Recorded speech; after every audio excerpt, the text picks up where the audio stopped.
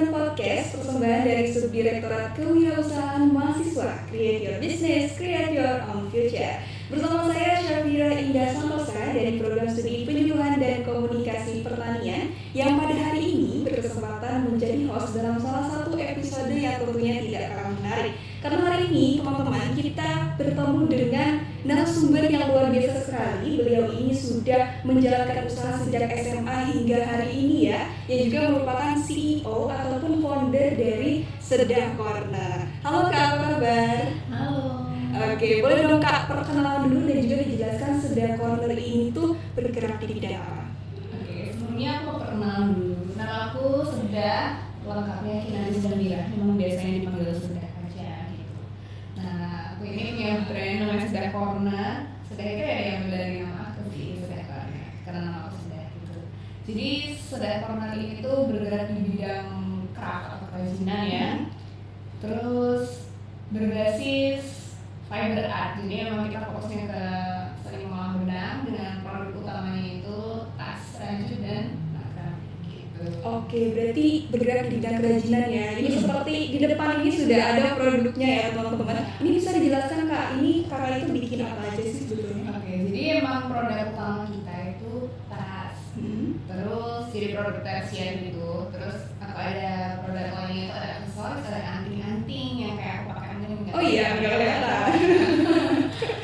Gitu, aku kayak anting-anting, terus jadi aksesorisnya apa ada yang gelang, kalung, sama sandal gitu. Oh gitu. Nah tentunya kan ini Kak Sedah itu sedang menjalankan usaha ya.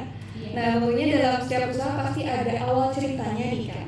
Nah kira-kira dari Kak Sedah sendiri itu kapan bermula Kak Sedah itu tertarik dalam dunia kreativitas? Jadi awal aku tertarik ke bidang kreatif itu sebenarnya sejak kecil ya. Aku aja udah lupa sejak kapan gitu. Dari lahir kayaknya. Jadi emang dari dulu apa ya, orang tua tuh emang support banget tentang kreativitas gitu, entah ngajarin warnain atau origami atau perca dan lain sebagainya. Jadi dulu tuh aku kayak diajarin misal warnain gitu ya, itu misal ini warnain daun warna hijau gitu, aku nggak mau warna hijau, warna merah gitu. Jadi emang Punya keinginan sendiri ya. kalau tidak boleh sama dengan orang lain gitu. Oke. Jadi mungkin itu apa namanya jiwa kreativitas kali ya. Terus selain itu juga diasah karena orang tua aku juga support, jadi aku udah suka dari kecil gitu. Emang orangnya suka gitu, jadi bukan karena paksaan gitu. Oke. Apakah orang tuamu tuh emang bergelut di dunia kreativitas juga Kak atau enggak? Bisa dibilang enggak sih sebenarnya. Oh enggak, malahan enggak. Tapi kalau bapak aku itu desainer kan, dia emang graphic designer, jadi mungkin. Tapi aku jarang sih sama bapak kerja kan. Kalau aku tuh interaksi di rumah dari kecil tuh sama ibuku, jadi yang bikin kayak dulu di zaman aku tuh nggak ada PAUD gitu loh. Jadi Oh iya. ibuku tuh ngajarin kayak playground gitu, Di rumah? di rumah, Di jadi rumah, di ya? rumah, jadi nggak ada PAUD, cuman mungkin jauh ya. Jadi untuk ibuku yang seorang IRT itu kayak gimana caranya aku ngajarin anakku gitu. Jadi emang itu ya mungkin dari kreativitas orang tua sih. Ibuku itu ibu rumah tangga, jadi emang bukan yang kayak dosen seni atau yang lainnya gitu, enggak. Jadi bukan pebisnis juga sih keluargaku. Oh jadi betul-betul memang ya belum ada lah ya yang berbisnis kerajinan gitu kan. Oke, berarti memang Kak Sedah ini sudah diajari dari lingkungan keluarganya ya Kak? Benar. Betul. Ternyata kalau punya skill itu berarti bisa dipelajari ya Kak? Bisa ya, skill itu memang bisa dipelajari ya. Bukan keturunan ya, ataupun mungkin Ya. bukan bakat dari lahir juga ya. Mungkin kalau kreativitas itu bisa dibilang bakat juga ya. Ada yang bakat, ada yang bisa dilatih juga, kayak menggambar. Ada yang bakat, ada yang les, dia bisa karena les gitu. Iya. Itu sih. Karena beda-beda kan skill. Oke, nih Kak Sedah, kalau Kak Sedah itu kan bikin kerajinan ini, terus terpikir untuk oke, kayaknya aku mau nyoba jualan nih, itu kira-kira kapan Kak? Sebenarnya kalau mau nyoba jualan itu dari SMA sih memang. Jadi sebelumnya itu kenapa bisa men-trigger aku untuk mau jualan karena sebelumnya di SMP, SD SMP itu tuh ada yang order. Jadi memang awal mulanya tuh aku tiba-tiba ada yang pesen gitu loh. Karena aku suka. Teman-teman? Iya, teman-teman, terus ada temannya ibuku juga. Jadi aku bikin ini tuh pasti diposting ibuku gitu loh, karena ibuku bangga banget gitu promosi sama kerajinanku gitu. Jadi emang ini bagus, mau pesen dong gitu, padahal aku nggak jualan gitu kan. Jadi dari situ kayak oh ternyata bisa jualan juga ya. Ya udah akhirnya kayak aku jualan gitu. Oke, nah awal mula berjualannya itu produknya bentuknya apa? Apakah gini atau mungkin yang lain? Belum. Jadi dulu aku jualan tuh macam-macam. Mulai dari waktu SD SMP itu tuh jual gelang manik-manik yang dijual 2.000-an gitu Iya, kayak anak kecil seperti itu. Terus aku bikin perca juga. Perca itu kain sisa gitu, terus aku bikin patchwork gitu kayak entah charm atau apa, itu juga banyak peminat ya dulu tuh. Jadi emang dulu aku belum punya apa ya kayak jiwa gitu, kira-kira produkku mau apa ya, kayak masih dalam hati aja, entah itu kayak flanel atau perca atau apa gitu. Masih nyoba-nyoba lah ya. Termasuk rajut juga sih, cuman belum ada soulnya aja gitu. Oke, nah waktu itu kan Kak Seda kan pertama kali jualan waktu SMA ya. Nah itu perasaan pertama kali berjualan itu gimana? Apakah udah pede nih atau masih ragu-ragu gitu? Nah itu tuh aku tuh orangnya nggak pede banget. Makanya yang jualan dulu tuh ibuku. Jadi aku tuh suka bikin doang, tapi aku nggak bisa jualan gitu kan. Jadi di tempat aku itu dulu ya waktu awal itu memang yang sering mempromosikan itu ibuku. Jadi karena aku nggak bisa ngomong sama orang, jangan ngomong di depan kamera Introvert ya? gitu.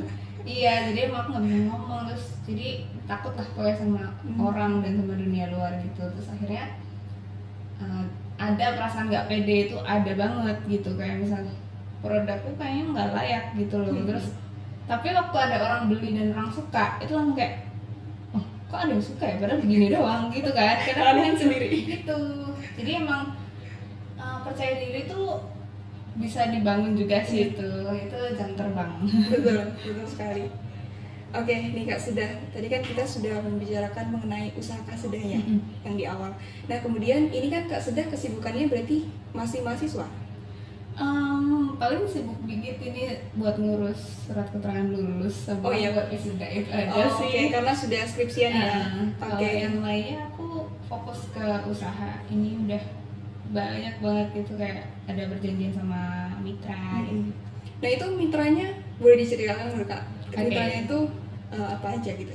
Jadi ada mitra produksi. Jadi sekarang ini aku udah punya tim ya.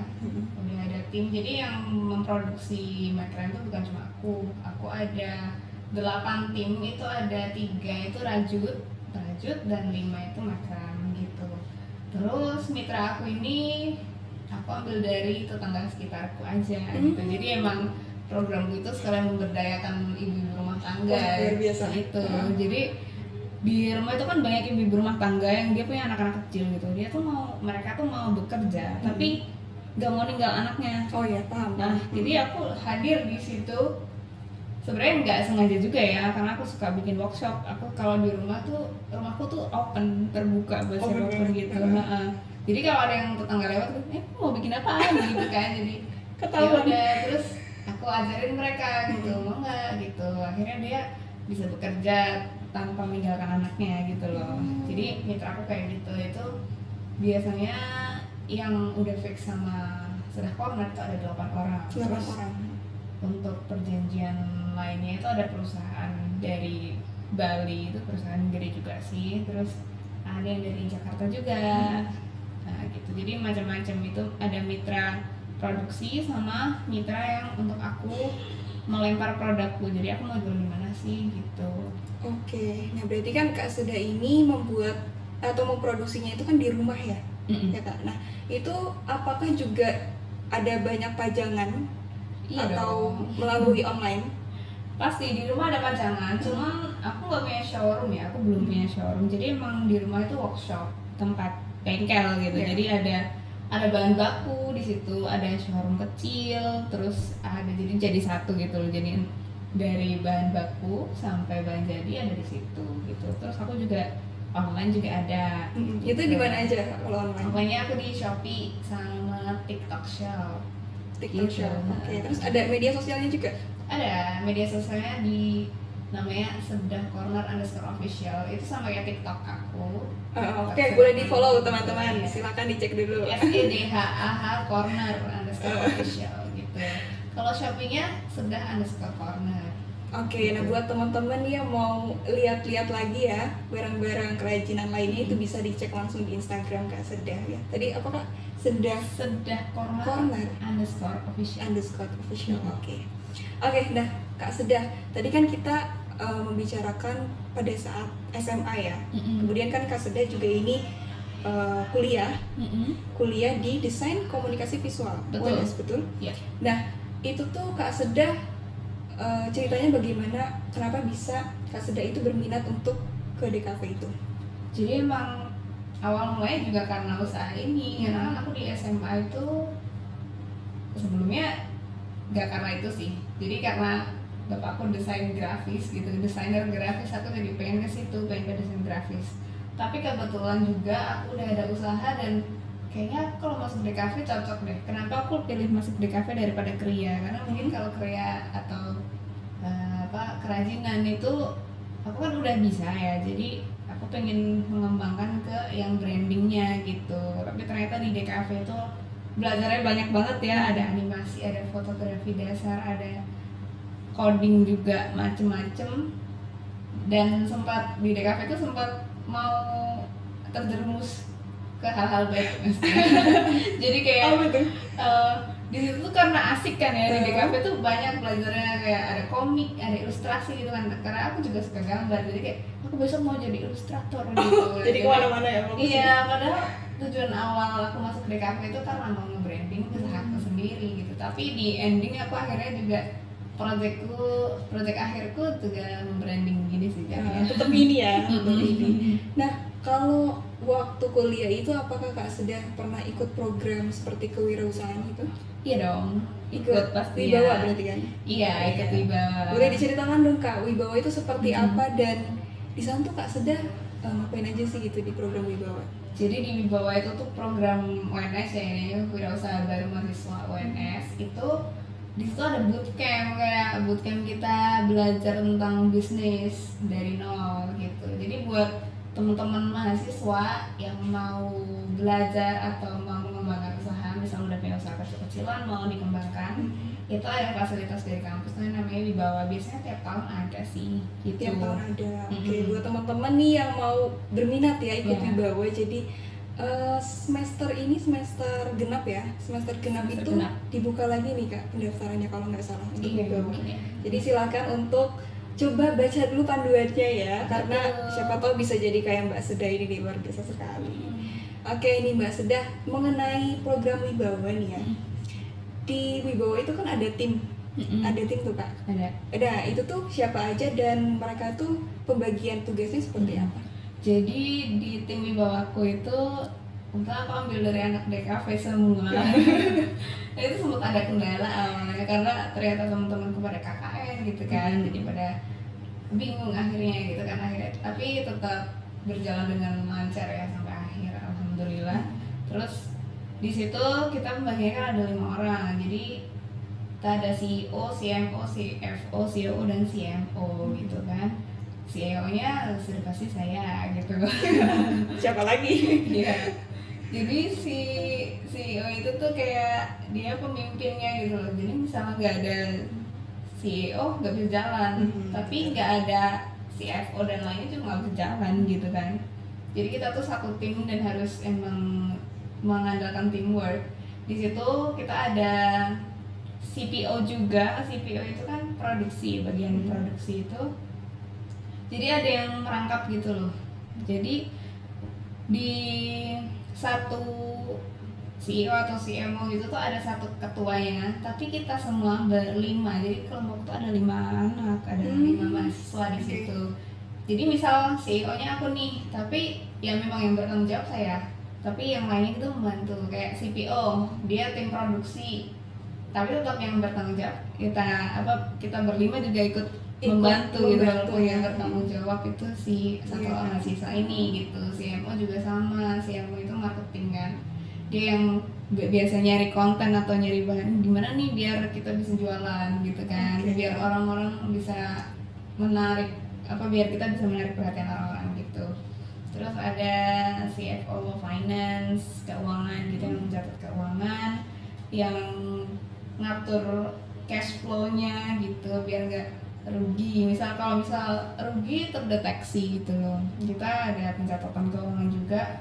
Terus ada COO, itu bagian operasional tuh biasanya yang dekor-dekor waktu pameran. Dia yang bertanggung jawab, tapi kita semua ikut dekor gitu. Oke. Jadi setiap orang punya perannya masing-masing ya. Dan tentu di Wibawa sendiri itu jadi melatih kita untuk bisa memanage. Bener, ya sih, kan? bener banget. Dan aku tuh sebenarnya emang aku bener-bener belajar itu dari Wibawa sih. Karena kalau sebelumnya sama mitra aku sendiri, yang mitra Sedah Corner itu, aku udah sangat terbiasa dan sangat santai ya. Dan karakternya juga mirip-mirip karena ibu-ibu gitu kan, mirip-mirip ya. Terus kalau mahasiswa ternyata karakternya banyak ya. Ada yang ternyata nggak terima dengan keputusanku yang ini gitu. Aku jadi belajar di situ, bukan marah, bukan sedih atau bukan apa-apa ya, tapi emang oh ternyata aku harus begini, oh ternyata semua itu harus dikomunikasikan. Jadi kuncinya komunikasi itu penting banget gitu kan. Aku jadi tahu itu semua di Wibawa gitu. Oke, keren banget nih Mbak Sedah. Nah, awal mula nih kakak tuh tahu Wibawa itu dari mana? Aku tahu Wibawa dari dosenku. Siapa tahu dosennya, boleh sebutin? Bu Dia Yuni. Oke, halo Bu Dia. Gimana tuh Kak ceritanya?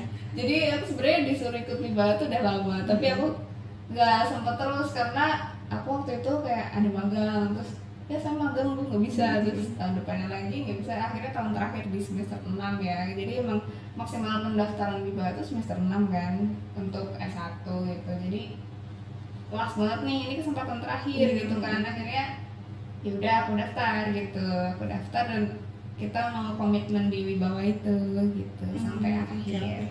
Berarti sampai lolos Wibawanya ya, lolos pendanaan gitu ya. Oke, nah setelah Kak Sedah itu mengikuti program Wibawa nih ya, manfaat apa saja yang Kak Sedah dapatkan dalam untuk mengembangkan usaha Kak Sedah sendiri? Jadi aku jadi bisa memanage, aku jadi bisa lebih tahu kan aku arahnya mau kemana. Terus karena di situ kita harus melaporkan kan, ada reporting juga, kita jadi dipaksa untuk inovasi. Memang kita kan harus inovasi ya gitu. Jadi memang dari situ aku melahirkan inovasi baru seperti pewarna alam. Kita jadi bisa coba make rem dengan pewarna alam karena emang belum ada di Solo. Maksudnya satu-satunya nih Sedah Corner yang make rem dengan pewarna alam. Biasanya apa Kak pewarna alamnya? Aku ada indigo, ada secang, ada mahogani, sama banyak sih, ada tinggi, ada tegeran, jambal gitu. Sebenarnya kayak warna-warna batik, cuman aku formulasikan buat benang gitu. Oke, nah untuk proses pembuatannya ini sebenarnya ribet atau enggak sih Kak? Ribet banget. Nah dari situ aku juga tahu kan, karena ini sebenarnya inovasiku ini belum bisa benar-benar dianggap sukses gitu. Jadi memang ada sih hasilnya, bagus juga. Cuman kalau sukses mungkin belum ya. Aku perlu pengembangan lagi. Aku masih perlu riset lagi ke depannya. Karena menurut aku memformulasikan warna alam itu susah banget gitu. Jadi emang ternyata dari warna satu dan lainnya itu beda treatmentnya. Misal kayak secang itu beda sama indigo sol gitu. Jadi emang kita harus mencoba satu-satu, dan untuk waktu 6 bulan itu kurang banget gitu. Jadi memang kalau misal kita mau jadi wirausaha itu emang risetnya lama dan prosesnya lama banget gitu. Kalau mau yang cepat kita jadi profit maker aja gitu kan. Jadi kayak yang penting profit gitu. Tapi karena ini aku mau bener-bener produksi yang bermakna gitu, ada maknanya gitu, aku risetnya agak lama gitu. Walaupun ada sih produk-produk yang cepet gitu, ada juga gitu. Tapi untuk bisa begitu, karena kita kan juga butuh omset ya, kita juga butuh profit. Dan jadi kita harus mau nggak mau kita inovasi yang lain yang lebih mudah gitu, daripada yang pewarna alam ini tadi, tapi pewarna alam ini tetap jalan gitu, tetap kita tetap riset. Jadi kita jalannya berdampingan gitu antara yang buat profit maker sama yang inovasi gitu. Oke, berarti yang penting tuh harus berani untuk coba-coba dulu ya Kak? Bener. Terus juga ya harus dievaluasi kan kalau misalkan ada kesalahan. Oke, jadi betul-betul di dalam kewirausahaan itu ya kita juga selain dua tadi ya, kita harus konsisten. Konsisten, bener. Karena usaha itu tuh nggak melulu rame. Aku juga sering banget ngerasain kayak sepi, nggak ada yang beli. Itu tuh kayak kalau dulu aku ngerasa kayak kok nggak laku ya, apa produkku jelek gitu kan. Aku sering minder karena kan tidak pede itu tadi waktu dulu. Tapi kalau sekarang tuh memang misal nggak ada yang beli gitu, oh mungkin pasarnya salah nih. Jadi memang bukan kita menyerah, tapi memang kita harus cari tahu kenapa nggak laku gitu. Mungkin pasar yang salah atau mungkin harganya terlalu mahal gitu, atau mungkin memang belum rezeki aja gitu kan. Itu kayak ya itu gambling juga sih. Oke, betul sekali. Nah, Mbak Sedah tadi ngomong-ngomong tentang pasar nih ya. Kalau di wilayah Solo ini untuk produknya Kak Sedah, apakah targetnya memang sudah pas atau bagaimana? Kalau di Solo sendiri buat produk utama aku ini, produk unggulan yang di depan yang biru ini, itu sebenarnya bukan cuma yang biru ini ya, kayak ada banyak. Tapi salah satunya itu produk unggulan aku itu kalau di Solo kurang tepat sih sebenarnya. Jadi memang targetku itu di kota-kota besar kayak Semarang, Surabaya, Bandung, Jakarta, dan Bali gitu baru ramai banget gitu. Karena memang Solo itu mayoritas orang-orang itu pasti mindsetnya gini ya, bagus dan murah gitu ya. Padahal memang kalau kreativitas dan effort yang tadi kita pewarna alam itu kan susah ya. Kalau misalnya yang murah nggak bisa dong gitu. Nanti malah rugi ya karena udah kecapean. Dan handmade pula gitu kan, handmade. Terus kita pakainya kayu jati. Walaupun kayu jati itu kita ambil dari limbah furniture, jadi emang insya Allah kayak kita nggak menebang pohon liar gitu ya. Jadi memang dari pabrik furniture-nya itu biasanya sudah bersertifikat kayu-kayu mereka itu gitu, baru kita pakai limbahnya gitu. Oke, nah kalau produksinya nih Kak, itu tuh setiap hari bikin atau emang ada yang pesan aja? Tiap hari bikin kalau sekarang. Tiap hari bikin. Kalau sekarang kita udah targetnya stok ya, karena kita pasarnya banyak, jadi lapaknya banyak sih gitu. Jadi mungkin produk-produk aku ini yang unggulan tuh aku pajang di hotel-hotel, di hotel-hotel Kota Solo. Ada di Mercure yang baru itu yang Sari Petojo mana? Purwosari itu, ada Megaland, ada Aziza Grand Saya, dan banyak lagi ada di Wangsa gitu. Berarti udah kemana-mana ya ini ya? Iya, jadi memang kalau produknya itu kan cocoknya di situ ya. Pasti orang yang menginap di situ biasanya orang-orang dari luar, dari luar Solo, dan memang target saya itu gitu biasanya. Kalau lokal itu harganya lebih murah gitu, kayak aksesorisnya mungkin gitu. Tapi ada juga sih, tapi nggak banyak gitu kan. Kalau untuk target omset ya kurang gitu kan. Kalau mengandalkan masyarakat Kota Solo gitu. Karena memang harus melihat target juga nih kan. Tapi akhirnya kayak karena aku domisili di Solo, masa aku nggak bikin produk untuk Kota Solo gitu. Maksudnya yang lebih cocok untuk pasar Solo ya, pasti aku bikin. Dan dia aku lagi pakai sih ini. Jadi yang ini? Iya, yang ini. Apa coba. Kelihatan kamera Kak coba? Biar kelihatan deh. Ini tasnya dia tuh gede, ini kan gede ya. Biasanya kayak orang Solo tuh sukanya gede murah gitu kan. Nah ini lebih murah gitu. Ini lebih apa ya? Lebih cocok sama pasarnya Kota Solo gitu. Karena ininya ya Kak, ininya tuh nggak full rajut kan. Jadi memang yang mahal itu kan kita handmade makramnya ya.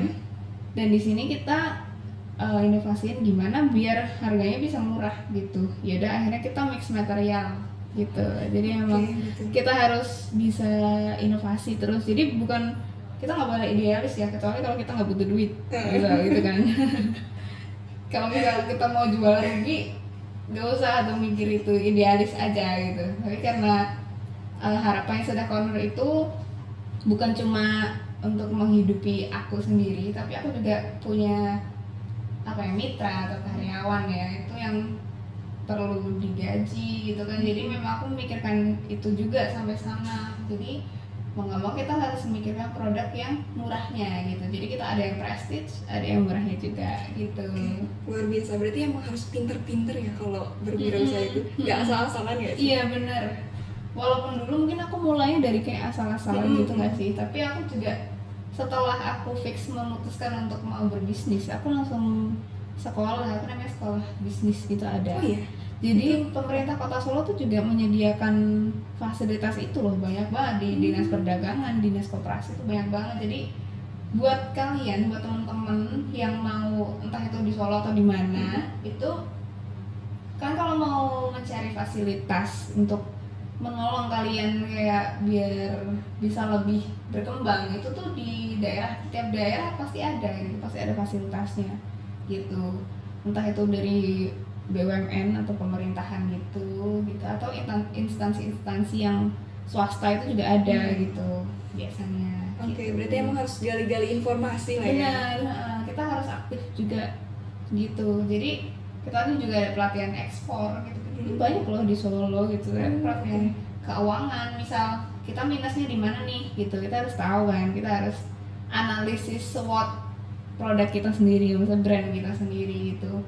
Habis analisis SWOT kan jadi kita tahu nih kita kelemahannya di mana. Nah itu kita cari dari fasilitas-fasilitas pemerintah gitu, biar ternyata pemerintah juga mensupport banget kok UMKM gitu. Oke nih Kak, sudah aku penasaran nih. Sebetulnya kan kayak mungkin banyak ya pemula-pemula yang betul-betul mereka itu berniat pengen berwirausaha tapi mereka tuh masih bingung. Karena kadang kita tuh punya ide, inovasinya ada tapi tuh bingung cara cara buat mulainya gitu. Nah kalau dari Kak Sudah sendiri tipsnya tuh bagaimana sih Kak? Kalau aku dari bahan seadanya dulu, misal kita idenya apa dan seadanya itu kita mau nggak mau eksekusi gitu. Jadi tanpa tapi dan nanti gitu. Kalau nanti alasan terus kayak nunggu perfect, nggak akan jadi gitu loh. Karena emang dulu aku orangnya perfeksionis kayak gitu. Jadi emang bahan harus bagus dulu. Tapi ternyata enggak. Karena kalau aku di sini punyanya misal bahannya yang biasa aja gitu. Ya udah mulai aja dulu dari itu. Nanti kalau misal kita udah nemuin pasar, kita udah jadi problem solving gitu dari produk kita untuk masyarakat tuh pasti akan jalan sendiri kok. Nanti pasti akan berkembang sendiri kalau konsisten gitu. Betul banget. Jadi memang tipsnya tuh ya betul-betul harus ingin mencoba, evaluasi dan konsisten ya Kak. Betul. Itu sebenarnya kuncinya. Belajar terus juga sih. Oke, aku jadi belajar juga nih sama Kak Sudah. Oke Kak Sudah, untuk produk kakak ini nih ya, pameran paling besar yang pernah Kak Sudah ikutin itu apa Kak? Pameran paling besar aku di Inacraft baru Wow, kapan itu? Baru 4-8 Februari kemarin. Nah itu gimana Kak caranya kok bisa di sana gitu pamerannya? Nah jadi Inacraft itu tuh pameran trading se-Asia Tenggara, paling besar itu, terbesar se-Asia Tenggara. Itu lokasinya di Jakarta di JCC Senayan. Itu ada banyak hall, di situ tuh kita macam-macam sih, ada tapi itu untuk kerajinan aja, untuk kerajinan dan fashion ya. Terus gimana aku masuknya ke situ gitu kan, aku ikut program pemerintah juga. Jadi dari dinas koperasi itu memfasilitasi UMKM untuk yang layak untuk maju ke Inacraft mewakili Kota Solo. Sebenarnya banyak kok instansi yang kayak menopang gitu, memfasilitasi gitu. Cuman kalau aku dikurasi dari Dinkop, jadi emang kita diseleksi dulu. Jadi ada survei, ada tim survei ke rumah gitu, beneran ke rumah? Jadi dinas-dinas tuh ke rumah, ada Bu Wali Kota juga, jadi emang bener-bener mereka terjun. Kayak ini tuh beneran ada nggak sih usahanya gitu, omong kosong nggak sih gitu. Jadi emang kita tuh bener-bener diperiksa gitu, terus buat kelayakan produknya gimana gitu kan. Dan biasanya di Instagram itu kita dicari yang unik-unik, jadi memang yang hampir nggak ada lah di pasar lainnya gitu kalau buat dekorasi dinas gitu sih. Oke, berarti memang itu pameran terbesar yang pernah kakak ikuti ya. Betul. Semoga kedepannya ada yang semakin besar lagi dan juga terus Amin, berkembang amin. deh usahanya ya. Karena ini luar biasa sekali. Jadi selain Kak Seda itu kayak awalnya kan memang memikirkan diri sendiri ya, keuntungan diri sendiri, tapi berjalannya waktu udah punya karyawan, terus juga harus bisa memikirkan orang lain. Nah ini juga merupakan menurutku sangat amat bagus banget karena kita tuh jadi bermanfaat bagi sekitar. Betul. Gitu. Nah mungkin Kak ini apa ya pesan untuk teman-teman yang masih ragu nih ya setelah nonton video ini mungkin sampai akhir tapi masih aja ragu nih Kak. Nah itu gimana Kak cara untuk memberitahunya supaya berani nih untuk berwirausaha? Kalau kalian udah yakin bener-bener mungkin udah nemu konsep tapi masih ragu mulai, kalian gak boleh ragu sih, harus mulai tanpa tapi dan nanti itu tadi. Kalian harus mulai sekarang juga, entah itu sempurna atau enggak, pasti tuh produk kalian ada yang minat gitu loh. Oke, memang beda-beda ya setiap orang tuh cara pandang dalam melihat produk tuh beda-beda ya. Mungkin kalau misalkan memang di wilayah ini targetnya nggak pas, berarti kita harus mencari yang lain gitu ya Kak? Betul. Oke, nah oh ya tadi mengenai rumah produksi kakak nih tadi tuh di mana nih Kak? Aku belum sempat nanya. Jadi rumah produksiku itu di Joglo, di Kelurahan Joglo ya kalau yang tahu itu. Apa yang jembatan kereta warna merah ya dekat situ lah. Oke. Nama kampungnya Gambirejo gitu. Tapi di Maps ada kan nama Sedah? Ada, kalau di Maps cek aja Sedah Corner, SEDHAH Corner gitu. Pasti Oke. kita ketemu. Berarti ini kalau yang nama Sedah Corner ini pakai tambahan H kan? Iya. Kalau nama Kak Sedah sendiri kan Sedah. SEDHH. Gitu. Oke. Berarti ya udah ada rumah produksinya, terus juga udah banyak pajangan juga di sana ya. Jadi kalau teman-teman nanti yang penasaran nih sama produk-produknya bisa langsung aja ke rumah produksinya Kak Sedah seperti itu. Oke Kak Sedah, luar biasa sekali pada hari ini kita udah berbincang banyak nih ya mengenai kewirausahaan. Terutama di produknya Kak Sedah Corner ini sangat luar biasa sekali dan aku banyak belajar bahwa kewirausahaan itu ternyata gak harus menunggu sempurna. Betul. Ya kan? Betul banget itu. Tapi ya udah, yang penting kita mulai dulu, kemudian evaluasi dan konsisten gitu. Dan juga aku sangat berterima kasih yang sebanyak-banyaknya kepada Kak Sedah yang sudah sharing banyak hal nih pengetahuan dan juga pengalamannya di bidang kewirausahaan. Semoga Sedah Corner terus berkembang dan maju. Amin. Dan juga aku sangat berterima kasih juga pada teman-teman semuanya yang sudah menonton video ini. Semoga apa yang ditampilkan hari ini bisa memotivasi teman-teman semuanya untuk bisa berani mencoba berwirausaha sejak muda seperti itu. Saya Syafira Indah Santosa, kita akan pamit nih Kak. Silakan mungkin kalimat terakhir mungkin ya, paling terakhir nih. Kalimat terakhir. Buat teman-teman atau pemuda di luar sana itu yang mau mencoba berwirausaha, jangan takut. Jadi kita mulai aja dulu. Sedah Corner juga sampai sekarang belum sempurna kok. Gitu kan kesempurnaan yang milik Tuhan. Iya betul sekali. Jadi ya coba aja gitu. Tanpa tapi dan nanti, tanpa alasan. Yes, gitu. betul. Jadi kalimat yang paling bagusnya tanpa tapi dan nanti. Oke, wah seru banget nih pembahasan kita pada hari ini. Tapi sayang sekali kita harus pamit nih Kak. Ya. Tapi untuk teman-teman nih yang mau nonton video-video lainnya nih dari Subdirektorat Kewirausahaan Mahasiswa ataupun dari Entrepreneur Podcast ini, bisa dicek channelnya karena di sana juga banyak narasumber yang luar biasa nih. Kemudian juga untuk hari ini juga sangat luar biasa ya narasumber kita pada pagi hari ini ada Mbak Sedah. Kita akan pamit undur diri nih Kak. Jadi ini ada jargonnya nih Kak untuk podcast kita, yaitu Entrepreneur Podcast, yaitu Create Your Business, create your own future. Mungkin kita bisa bareng-bareng nih Kak jargon. Create your business, create your future. Kita coba ya. Entrepreneur Podcast, create your business, create your own future. ulangi. Harus kompak. Create your own future. Create your business, create your own future. Oke, sekali lagi ya. Entrepreneur Podcast, create your business, create your own future. Dadah. Udah. Berapa menit ya, Mbak? Gak tahu.